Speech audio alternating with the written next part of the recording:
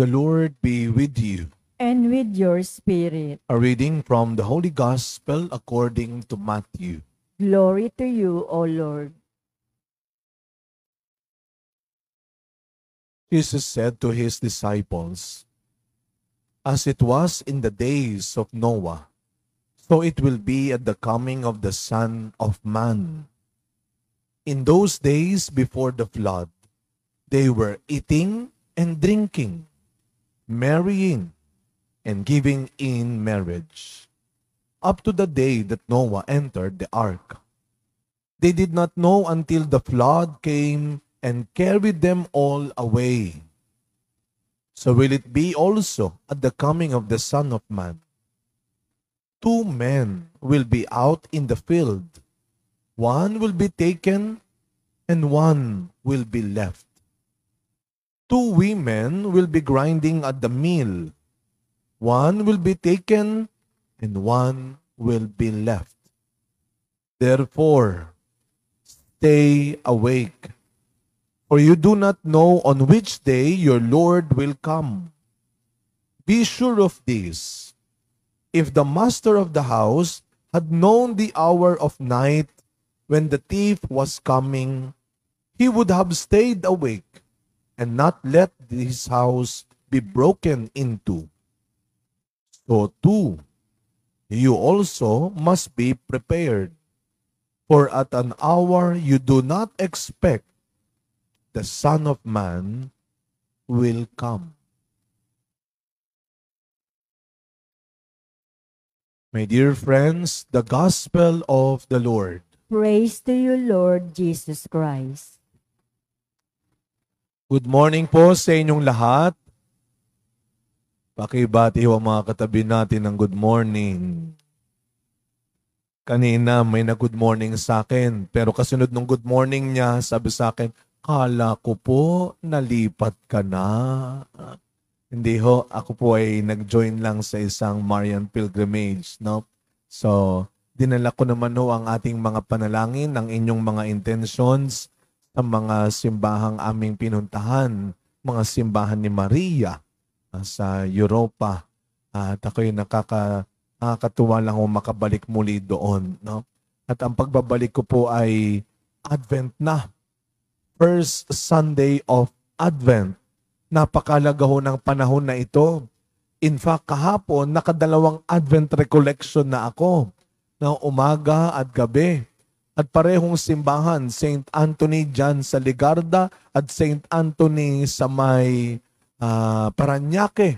Sabi ko, bakit kayang laging St. Anthony? Although nakapag-misa rin kami sa Lisbon sa St. Anthony.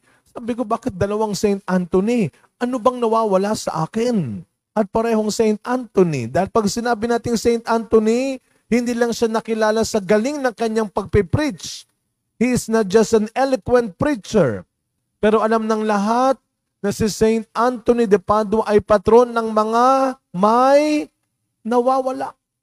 Sabi ko, bakit kaya San Antonio ang bungad ng aking Advent recollection? Sapagkat ang Adbyento ay panahon din ng pagbabalik. Magandang pagninilay. Ano bang nawawala sa akin? At ito ang biyaya ng Adbyento. Sapagkat ngayong panahon ng Adbyento, tayo ay binibigyan ng pagkakataon na maibalik natin ang sarili natin, na maibalik natin ang buhay natin kay Kristo. Doon nga lang sa aking unang simbahang pinuntahan, meron na silang Christmas decor sa loob ng simbahan. Sabi ko, kapag ito nakita ng mga liturgies, malilintikan ito, no? Hindi pa Pasko, Adbyento pa lamang. Kaya tayo dito sa loob ng simbahan, wala pa. Yun nga lang, may Christmas tree na dyan sa tapat natin. Pero tamang ito lamang ang nandito sa harap natin, Advent wreath kung tawagin. Nasindihan na natin ng unang kandila ng Adbyento. 4 na linggo, November 30, December 7, 14 at 21. 4 na linggo ng Adbyento ang sinisimbolo ng 4 na kandilang ito. At ang bawat kandila ay mayroong tema o biyaya. First Sunday is the gift of hope. Second Sunday is the gift of peace. Third Sunday is the gift of joy. And fourth Sunday is the gift of love. 4 na linggo. At makikita ho ninyo, ang hugis ay hindi triangle, hindi diamond, hindi star. Bilog. Eternity. Paglalakbay. Season. Time. Time is a gift of Advent. Panahon ng pagbabalik ng Panginoon. Panahon ng paghahanda, ng paghihintay at pag-asa. A time of preparing and anticipating. Kaya yung mga unang readings na narinig natin ngayong unang linggo ay mga paalala sa atin na maging handa tayo. Ano dapat ang disposition natin ngayong Adbyento? Paghahanda. Be prepared. Be awake. Sapagkat ang Panginoon ay babalik, ay darating. Meron nga daw pong 2 pagdating na sinasabing ating pinaghahandaan ngayong Adbyento. Ang unang pagdating ay yung finatawag nating incarnation. The first coming of man. Of the Son of Man. Kailan po natin sineselebrate ang first coming of the Son of Man? Kailan po? December 25. Yun yung Christmas Day. The first coming of the Son of Man or the Son of God. Isa-celebrate ho natin yun. Pero ang sinasabi ng mga turo sa atin, hindi lang tayo maghahanda dahil maglalagay ng kurtina, maglalagay ng decorations. Kaya nga after ng Advent Recollection natin sa December 10, meron din tayong kumpisalang bayan. Sapagkat yung paghahandang sinasabi ay hindi lang paghahandang pisikal. Bibili tayo ng mga bagong gamit. Mamimili tayo. Maghahanda ng Noche Buena sa halagang 500 pesos. Hindi lang yun ang sinasabing paghahanda. Ang paghahandang sinasabi ay yung paghahandang spiritual din.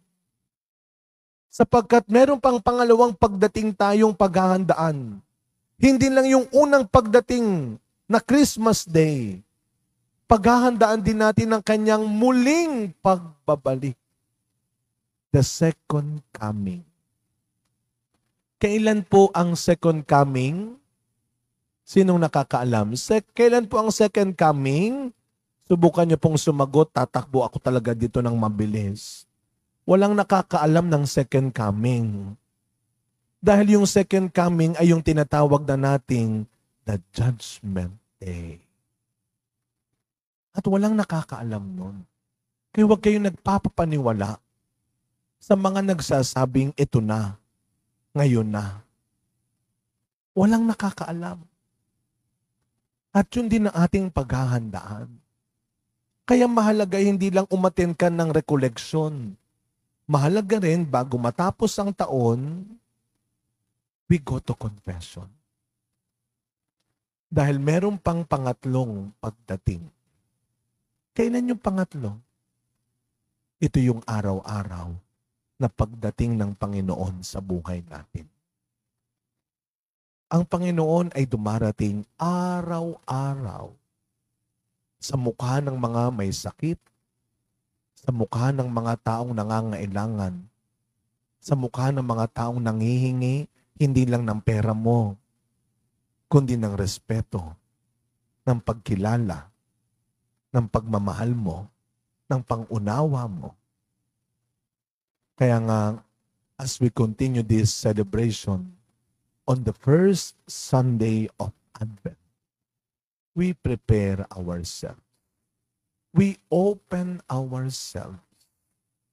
Na hindi lang tayo, Lord, prepare us. Kasi pag tayo lang ang naghanda, minsan nagkakamali tayo ng ihahanda. Walang masarap na handa kung walang mabuti tamang paghahanda.